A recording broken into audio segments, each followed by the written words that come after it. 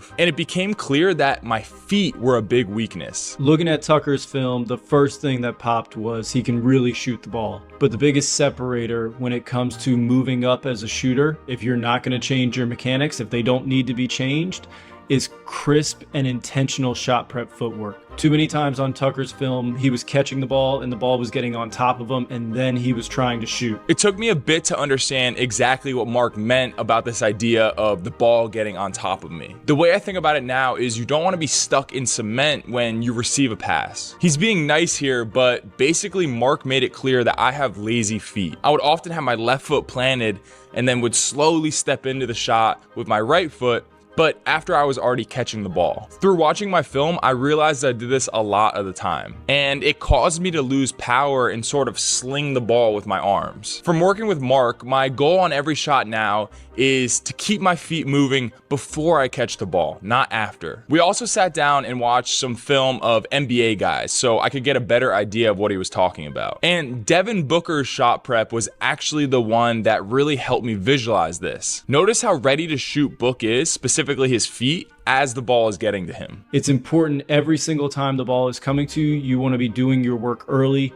generating power before the ball gets to you so that when you catch the ball, you're off the ground and you're loading into the shot and the machine is moving in rhythm and on balance.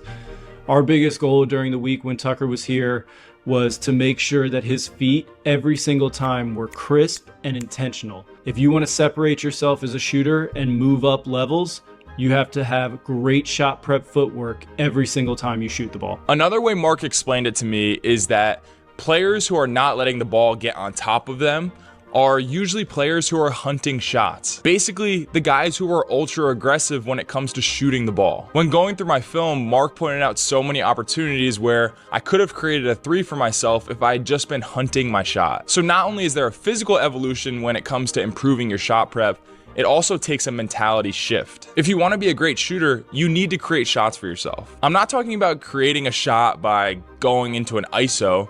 I'm talking about catch and shoots. Believe me, there are plenty of times throughout your games where you might not feel open, but with better shot prep and a better mentality, you can actually get a good clean look at the hoop. So really getting more shots initially comes from the time you spend in the gym. You need to have a base of being a good shooter to earn more shots in games. Then it comes from your preparation, specifically your feet. And lastly, in a split second, you need to decide whether or not you are going to take the shot.